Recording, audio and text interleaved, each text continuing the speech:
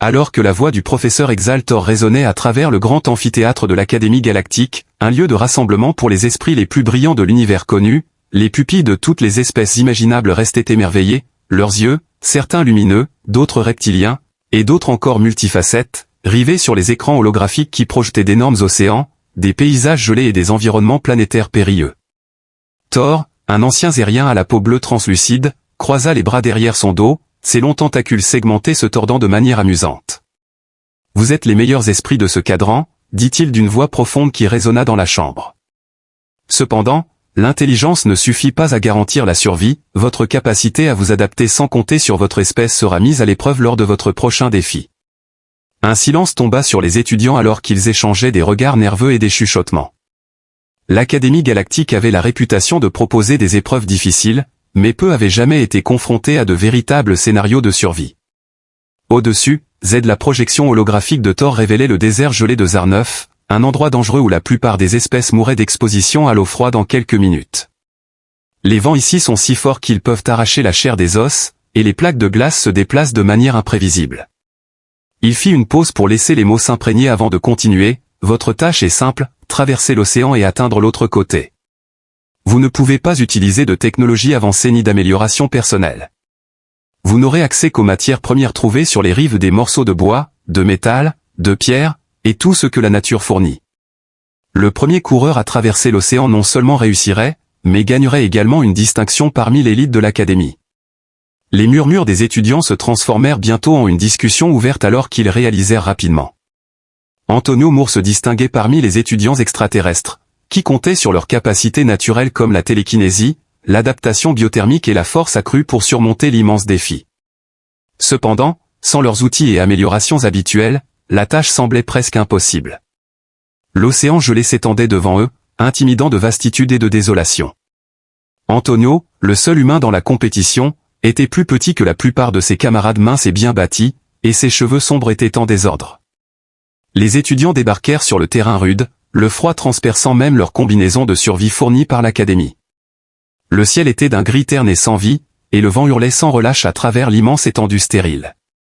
Des formations dentelées s'élevaient dans le ciel, et les étudiants étudiaient la projection avec une concentration silencieuse, contrairement aux autres. Les navettes les emmenèrent sur la planète en moins d'une heure. Un crâne reptilien, dont les écailles épaisses étaient conçues pour les jungles humides de son monde natal, luttait contre le froid, ses membres ralentissant alors que le givre se formait sur sa peau.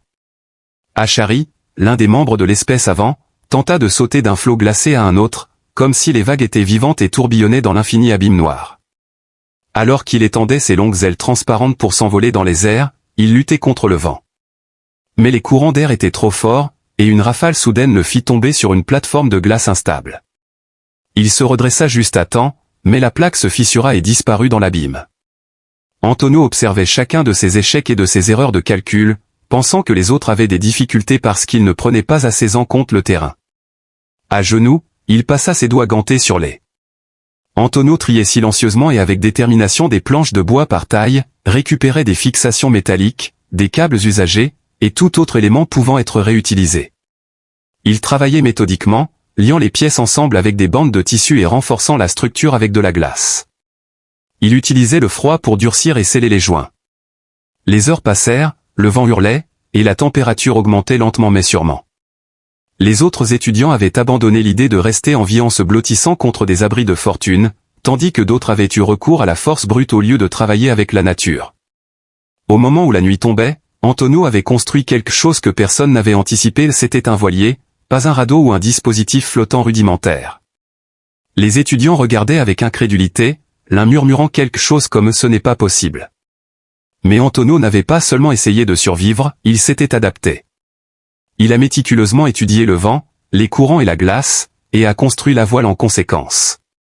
Le hall, renforcé avec du bois et de la glace, était assez solide pour résister aux vagues impitoyables. Alors qu'il se tenait à la barre, testant le mécanisme de direction de base, l'un des étudiants extraterrestres, une figure imposante avec des marques bioluminescentes, s'avança, les yeux écarquillés d'émerveillement. Antonio jeta un coup d'œil et hocha la tête, reconnaissant que les humains naviguent depuis des milliers d'années. Les autres regardaient avec émerveillement.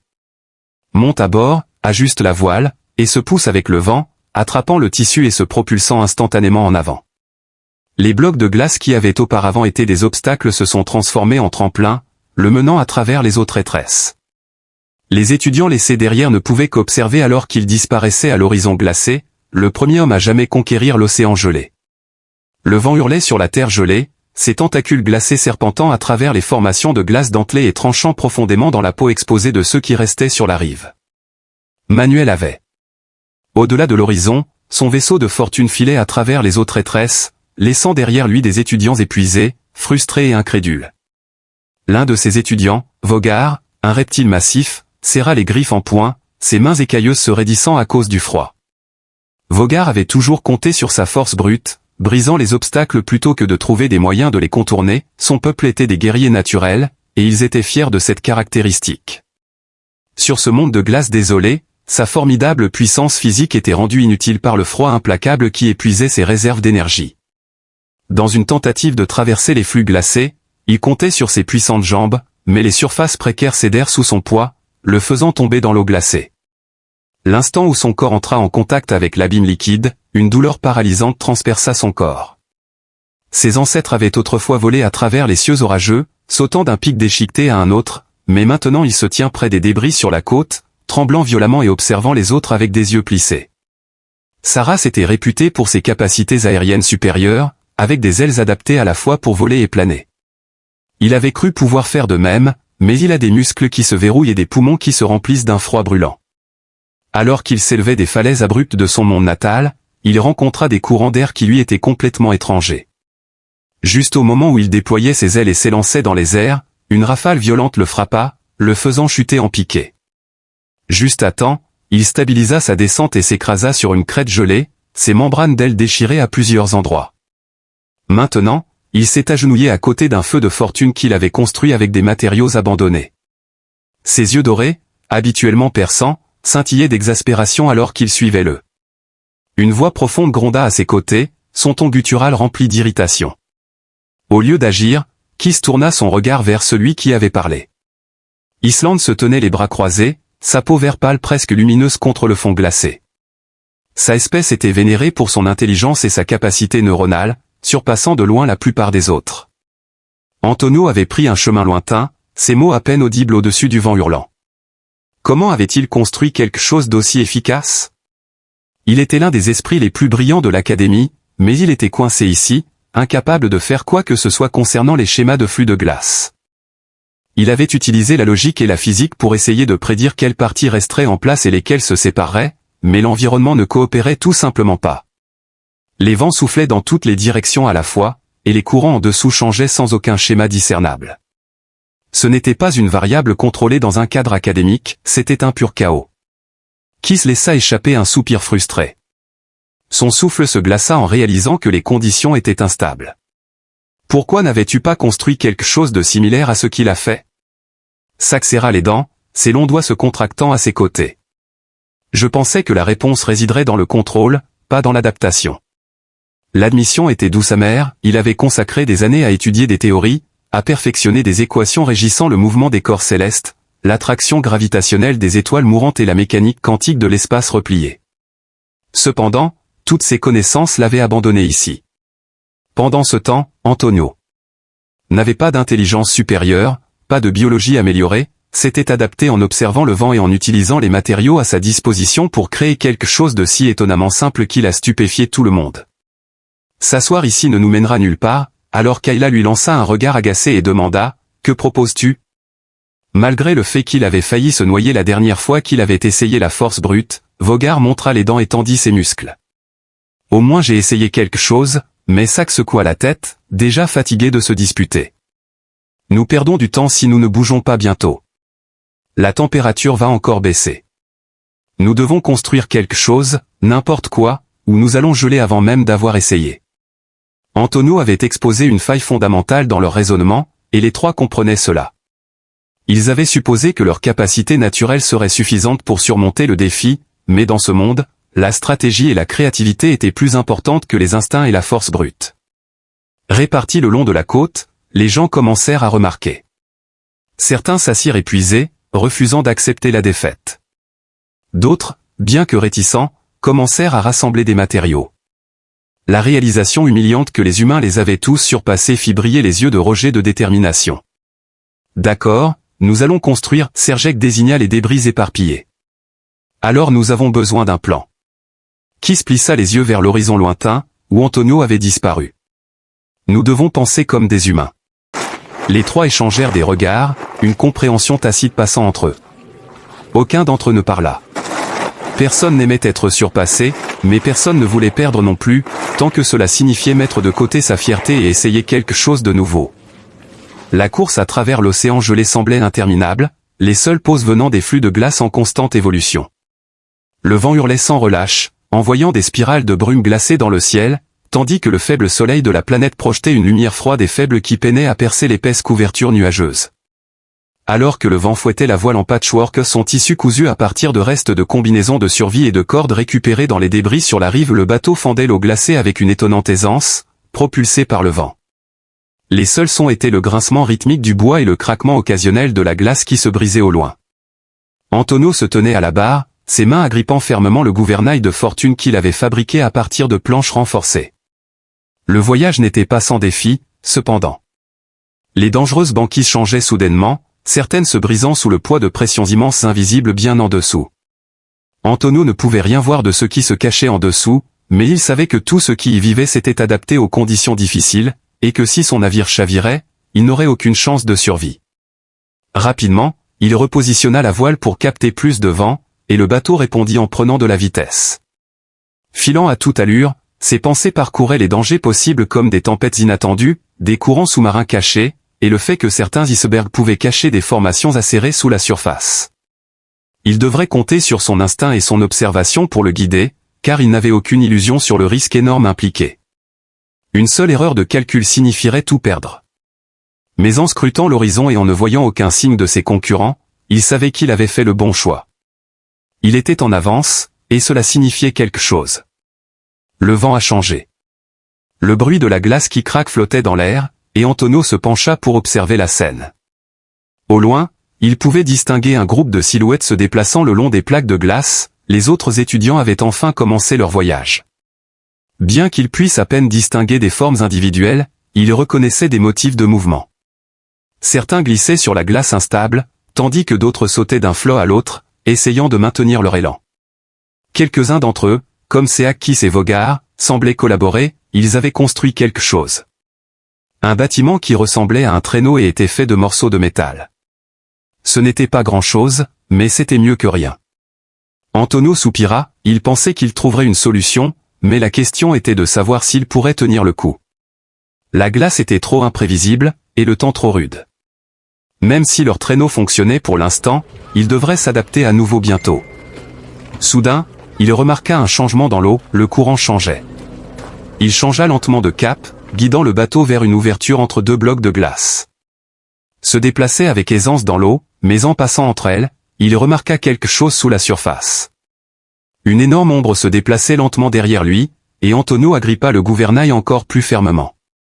Plus tôt, il avait pensé que les distorsions de l'eau n'étaient que des courants changeants, mais maintenant il savait que c'était autre chose. Sans armes, il n'avait aucune chance de combattre quelque chose d'aussi grand. Sa seule chance était la vitesse, tant qu'il pouvait rester en avance et rester sur l'eau libre. Une forme massive et serpentine émergea de l'eau, son corps allongé couvert d'une épaisse couche d'écailles gelées. Antonio n'avait jamais rien vu de tel auparavant. Ses yeux brillaient d'un bleu pâle maladif, et sa mâchoire était bordée de rangées de dents en forme d'aiguille. Il s'ouvrit en grand, émettant un son profond et résonnant qui ressemblait à une combinaison d'un grognement et d'un cri aigu. En un instant, Antonio appuya de tout son poids sur le gouvernail, faisant virer brusquement le bateau à gauche, juste au moment où la tête de la créature se projetait en avant. Alors que la vague d'impact propulsait la coque en bois dans les airs pendant une seconde terrifiante avant de retomber, l'eau éclaboussait le pont, le gelant instantanément au contact du bois. La bête persistait, tournoyant sous Antonio, son ombre ondulant à la surface. Antonio savait que la bête le testait, attendant une autre occasion. Son esprit s'emballait, essayant de trouver comment le repousser ou le distraire. Et si, en l'orientant soigneusement, il l'attrapait? Juste au moment où la créature refaisait surface, heurtant le vent, Antonio tira fortement sur les cordes, provoquant un changement brusque de la voile. Le bateau a tangué en avant avec une poussée de vitesse inattendue, juste au moment où la tête de la bête s'écrasait.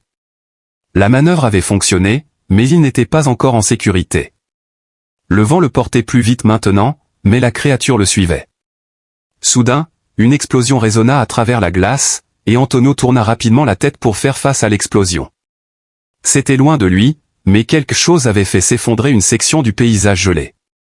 Un énorme morceau de glace s'était brisé, envoyant des débris s'écraser dans l'océan. Il n'était pas seul ici, cependant. Il grimaça les dents, tira plus fort sur la voile et utilisa toute la vitesse qu'il pouvait rassembler. S'il y avait d'autres dangers sur cet océan, en plus du froid, des courants et des monstres, il devait les devancer. Quoi qu'il arrive ensuite, il serait prêt. Le bateau accéléra alors que le vent se déchaînait contre les vagues. Les doigts d'Antonio lui faisaient mal à force de tenir le gouvernail trop fermement, mais il ne pouvait pas lâcher prise. L'ombre du serpent restait sous l'eau, mais elle avait légèrement reculé, tournant en rond au lieu d'attaquer.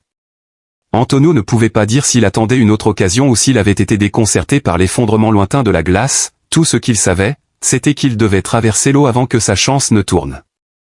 Le vent glacial fouetta son visage alors qu'il jetait un coup d'œil en arrière vers le gelé. Alors qu'il coupait les voiles, il reçut une autre rafale forte qui fit fendre son navire à travers l'eau comme un couteau. La construction de fortune gémit sous la pression, mais elle a tenu. La glace devant lui devenait de plus en plus imprévisible, se déplaçant constamment alors que les courants océaniques poussaient et tiraient sur sa structure fragile. Il naviguait prudemment, se frayant un chemin à travers des passages étroits et dangereusement proches de formations dentelées, le bruit du souffle résonnant au loin. Alors qu'il inhalait profondément, il se concentrait sur le fait de rester concentré. Il avait toujours compris que la survie nécessitait plus que de la force ou de l'intelligence, il s'agissait de s'adapter à chaque défi.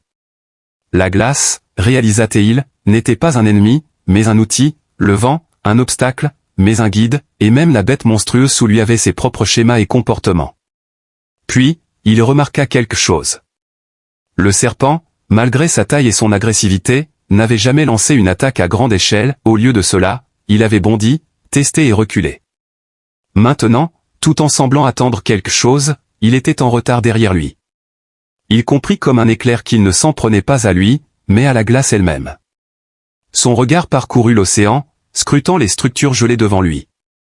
Il avait auparavant pensé qu'ils étaient instables à cause des courants changeants, mais maintenant il savait la vérité et la créature était responsable de ces effondrements, des explosions de glace. La précédente observation n'avait pas été causée par des icebergs aléatoires, mais par une attaque intentionnelle. Ses pensées se bousculaient avec des possibilités, et il élabora une stratégie. Il dirigea le navire brusquement vers un groupe d'icebergs, où l'eau était plus calme, défiant le vent qui essayait de le dévier de sa trajectoire. Il guida le navire dans un espace étroit entre deux formations de glace imposantes, et le serpent le suivait. L'eau était plus peu profonde et les icebergs étaient plus densément entassés, alors Antonio dut naviguer prudemment à travers le labyrinthe des flèches gelées tandis que la créature peinait à manœuvrer dans l'espace exigu derrière lui. Enfin, Antonio fit son mouvement, atteignant les cordes qui tenaient la voile et les relâchant. Le bateau ralentit soudainement, presque comme s'il s'était arrêté, offrant au prédateur ce qui devait sembler être une dernière chance désespérée de saisir l'instant. À la dernière seconde possible, le serpent s'est jeté sur le bateau. Antonio a rapidement fait pivoter le bateau pour l'éviter. Juste à ce moment-là, la massive tête de la bête s'écrasa contre la glace, envoyant un craquement assourdissant à travers l'air. La force de l'impact fit s'effondrer tout le groupe d'icebergs vers l'intérieur, envoyant des éclats de pierre gelée tomber dans l'eau. Le serpent se débattait violemment, essayant de se libérer, mais Antonio n'attendit pas pour voir s'il réussissait. Il a serré la voile une fois. Maintenant qu'il avait déjoué le prédateur et retourné ses instincts contre lui, la seule chose qui se dressait entre lui et la côte était l'océan ouvert. Alors qu'il fonçait en avant, profitant de la prochaine rafale de vent, il pouvait voir le point d'arrivée désigné, l'endroit où le défi prendrait fin. Son cœur battait la chamade, l'adrénaline parcourait ses veines, et la réalisation s'installa enfin. La terre au-delà de la glace se rapprochait, son terrain accidenté s'élevant au-dessus des eaux glacées. Le bateau glissa sur la plage gelée, lui causant un léger choc mais laissant heureusement le vaisseau indemne. Ignorant le vent froid qui hurlait autour de moi depuis le départ, il tituba en avant, ses jambes instables après tant de temps en mer. Il se retourna pour contempler l'immense océan gelé, où les derniers vestiges de l'effondrement de la glace commençaient à se stabiliser. Ceux qui étaient plus loin avaient encore du mal, certains progressant sur leurs véhicules improvisés qui tenaient à peine, tandis que d'autres avaient été forcés. En se retournant, il se trouva seul à la ligne d'arrivée, ayant triomphé des conditions difficiles non par la force ni le pouvoir, mais par la compréhension. Soudain, un léger bruit et des applaudissements a atteint ses oreilles, et il jette un coup d'œil pour voir le professeur Exaltor, l'ancien extraterrestre, debout près du bord du rocher. Son expression est indéchiffrable, et ses yeux bleus translucides reflètent le Wasteland glacé devant lui. Ses mains longues et élégantes se rejoignent lentement. Antonio se tenait immobile alors que les derniers échos de l'océan glacé s'estompaient en arrière-plan. Le froid mordait sa peau, mais il remarquait à peine sa respiration lente et régulière, visible dans l'air glacial. Le voyage avait mis à l'épreuve chaque once de son endurance, mais malgré l'épuisement, un profond sentiment d'accomplissement brillait en lui. Le poids du voyage s'était installé sur lui, et bien que ses muscles lui faisaient mal et que ses doigts étaient engourdis, cela n'avait pas d'importance. Il avait gagné, et la galaxie venait de voir de quoi un humain était vraiment capable. Du promontoire rocheux, le professeur Exaltor descendit avec de longues et gracieuses enjambées qui faisaient à peine de bruit.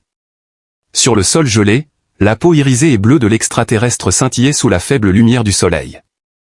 Avec ses longs doigts toujours croisés derrière son dos, Thor s'arrêta à quelques pas d'Antonio, inclinant légèrement la tête comme s'il l'étudiait. « Vous avez dépassé toutes les attentes, dit Thor d'une voix basse et mesurée. Cependant, je soupçonne que cela n'a jamais été une question de victoire pour vous. » Antonio émit un petit soupir. Le professeur hocha la tête, ses yeux se perdant à l'horizon lointain tandis que les étudiants restants luttaient contre les éléments. Certains avaient réussi, leurs dispositifs improvisés s'approchant de la rive, tandis que d'autres avaient dû abandonner complètement. L'océan avait réclamé sa part de victimes, mais Antonio les avait toutes battues non pas parce qu'il était le plus fort ou le plus intelligent, mais parce qu'il avait compris. Thor, d'une voix calme, presque en murmurant pour lui-même, « La survie ne dépend pas de la puissance ou de la connaissance, il s'agit de voir au-delà de l'évidence et de se débrouiller avec ce que nous avons au lieu de gémir sur ce que nous n'avons pas. » Il se tourna ensuite vers Antonio, qui demanda « Pourquoi avez-vous réussi ?» Antonio soutint le regard de Thor sans hésiter, ajoutant « Nous avons survécu à des pires situations pendant des siècles. » Thor continua « Vous seriez surpris de ce que la désespérance peut vous apprendre. » Le professeur l'étudia pendant un long moment avant de hocher la tête en signe d'accord. Alors qu'ils détournaient leur attention vers l'océan, l'un des étudiants remarqua que l'énorme pran avait abandonné son traîneau cassé et attendait dans les eaux peu profondes. Avec une force brute, il se frayait un chemin à travers l'eau glacée, ses muscles reptiliens tremblant sous l'effort et ses écailles bordées de givre. Sa ténacité était admirable, mais il était évident qu'il avait déjà atteint ses limites. Inspirant par le nez, il n'éprouvait aucun besoin de donner un coup de main puisqu'il avait déjà triomphé. Silencieusement, il détourna son attention vers son bateau, qui avait subi quelques dommages à cause de la glace mais était encore en état de naviguer. Il ne perdit pas de temps à ajuster la voile et à fixer le gouvernail, puis il le remit à l'eau. Le courant l'attrapa presque instantanément, et il glissait à nouveau à la surface en quelques secondes. Voggard ne lui jeta qu'un coup d'œil distrait au début, et sa vision se brouilla à cause du froid et de l'épuisement. Cependant, dès qu'Antonio tira le bateau, il reprit son calme. À ses côtés, l'extraterrestre tendit un bras sans hésitation. Le craon cligna des yeux de surprise un instant, mais ensuite il saisit le bras d'Antonio et se traîna sur le pont. Antonio stabilisa le bateau, ajusta à nouveau la voile et les dirigea vers la rive. Au moment où ils atteignirent la terre, plus d'étudiants avaient commencé à s'évanouir, leur corps succombant aux éléments impitoyables. Certains avaient fait demi-tour, admettant leur défaite, parmi eux se trouvaient Calu et Serac. Enfin, il était à la ligne d'arrivée, mais il devait traverser les terres gelées à pied. Il a aidé Voger à atteindre la terre ferme, puis il s'est retourné. Il aurait pu les laisser, et il aurait pu. Mais même alors que cette pensée lui traversait l'esprit, il avait déjà remis le bateau à l'eau, un par un, sauvant ceux qui étaient impuissants face au vent implacable et à la glace imprévisible. Pourtant, il naviguait à travers cela comme s'il avait passé toute sa vie à parcourir ces eaux maudites. Alors que le dernier des étudiants atteignait le rivage, Zactor se tenait silencieusement, son corps douloureux d'épuisement, ses doigts engourdis par l'absence de mouvement, et ses muscles raides par l'absence de mouvement. D'un hochement de tête, il se tourna vers l'énorme appareil de projection qui avait capturé chaque moment du défi, alors que les images de glace et d'eau s'estompaient, l'insigne de l'Académie galactique les remplaça. Après que tout ait été dit et fait, les résultats furent enregistrés, et l'histoire fut écrite. Vous avez redéfini les attentes de cette académie envers un concurrent. Exaltor prit enfin la parole, sa voix chargée d'importance. De plus, vous avez montré quelque chose que beaucoup d'entre nous avaient oublié. Antonio inclina légèrement la tête, et le professeur joint les mains. La véritable force ne vient pas de l'intelligence ou du pouvoir seul, mais de la volonté d'aider les autres, même lorsque la victoire est déjà acquise. Antonio n'a rien dit de nécessaire car il avait déjà prouvé tout ce qui devait être dit. Il s'est permis de se reposer pour la première fois depuis le début du défi, et les étudiants se sont rassemblés en réflexion silencieuse, certains chuchotant entre tout en digérant ce qui s'était passé et d'autres se tenant en respect silencieux. Zor se permit un léger sourire, peut-être honorable.